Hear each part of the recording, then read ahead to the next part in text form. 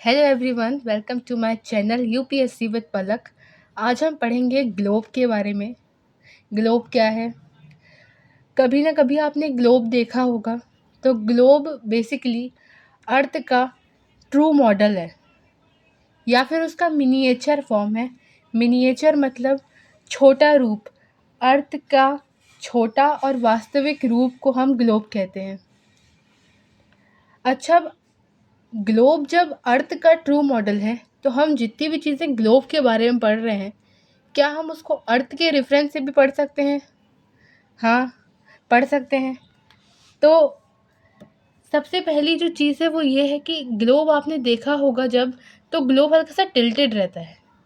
Tilted क्यों रहता है? जब भी आपने ग्लोब देखा होगा, ग्लोब इस तरीके से रहता है, हल्का सा टिल्टेड रहता है। वो ऐसा क्यों रहता है? ये एक्चुअली अर्थ को ऐसा होना चाहिए था, ऐसा सीधा, लेकिन वो ऐसी नहीं है, वो ऐसी रहती है। ऐसी क्यों रहती है? वो ऐसी क्यों नहीं रहती?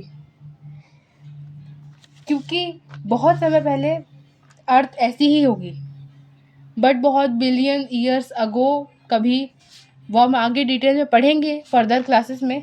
बट अभी के लिए इतना याद रखिए कि पहले अर्थ ऐसी ही होगी, बट उसके ऊपर बहुत सालों पहले उसके ऊपर एक उल्का पिंड या फिर कोई बहुत बड़ा स्टार आके टकराया होगा इस तरफ से, जिसके कारण अर्थ हल्की सी टिल्टेड हो गई और हमें वो आज इस तरीके से देखने को मिलती है।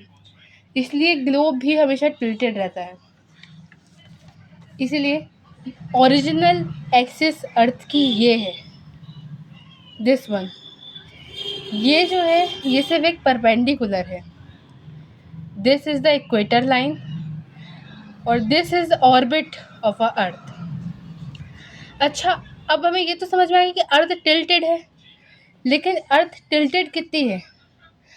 अर्थ अपने एक्चुअल पाथ से, दिस इज एक्चुअल पाथ, अर्थ अपने एक्चुअल पाथ से 23 और लगभग हाफ डिग्री टिल्टेड हुई है।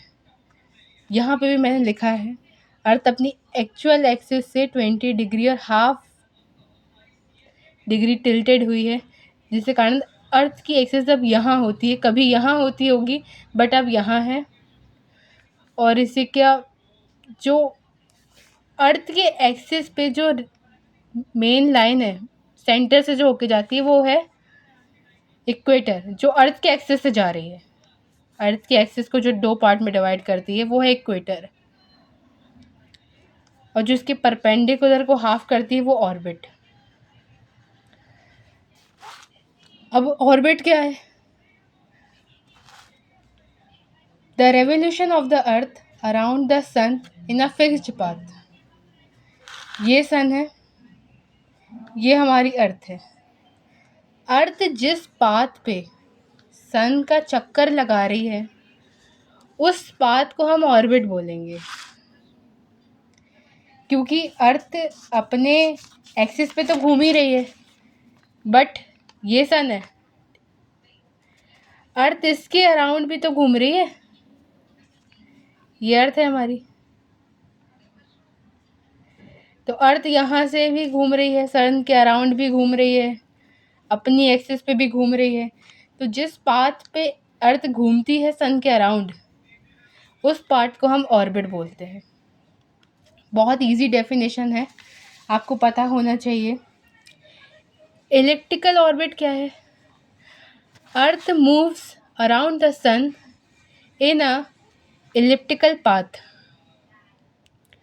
अर्थ जो है वो सन के अराउंड एक इलिप्टिकल पाथ पे घूमती है। सन ऐसे तो अर्थ घूमती नहीं है ना। दिस इज सर्कल, अच्छे से देखो, ये सन है। अर्थ इस पाथ पे नहीं घूमती, ऐसा पाथ होता है कुछ, इस शेप का जो भी पाथ है वो उसको हम इलिप्टिकल पाथ बोलते हैं। तो अर्थ जब सन के अराउंड घूम रही है जिस पाथ पे, उसको हम इलिप्टिकल पाथ बोलते हैं। और इसी के कारण इसका नाम है इलिप्टिकल ऑर्बिट। ठीक है, अब ऑर्बिटल क्या होता है या इलिप्टिक प्लेन क्या होता है? Flat plane of earth's orbit around the sun. देखो, अर्थ घूम रही है लेकिन वो एक फ्लैट सरफेस पे घूम रही है। ये अर्थ घूम रही है सपोज, तो वो एक फ्लैट सरफेस है ना, ऐसी थोड़ी है। तो जिस फ्लैट सरफेस पे अर्थ घूम रही है उसको हम ऑर्बिट बोलते हैं। Axial tilt, earth axis is tilted 23.1/2 degree from the perpendicular. अभी मैंने बताया था दिस वॉज परपेंडिकुलर और अर्थ इतनी टिल्ट हो गई 23.5, उसी को एक्सल टिल्ट बोलते हैं। Tilt relaxation, axis makes 66.5 degree with the orbital plane. अर्थ ये परपेंडिकुलर इसका डिस्टेंस ऑर्बिट से लेकर ये अर्थ है। Suppose this is perpendicular, this is axis, this is equator, this is orbit. तो ये ऑर्बिट और परपेंडिकुलर इसके बीच का जो एरिया है वो 66.5 है।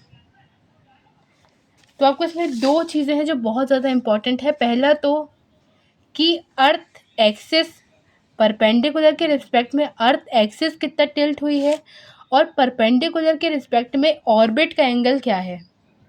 आपको ये दोनों के एंगल पता होने चाहिए। तो अर्थ एक्सिस का एंगल है परपेंडिकुलर के साथ 23.5 और ऑर्बिट के साथ है 66.5। ठीक है, नाउ एक्सिस क्या है? A imaginary line between north to south is called axis. It move from west to east.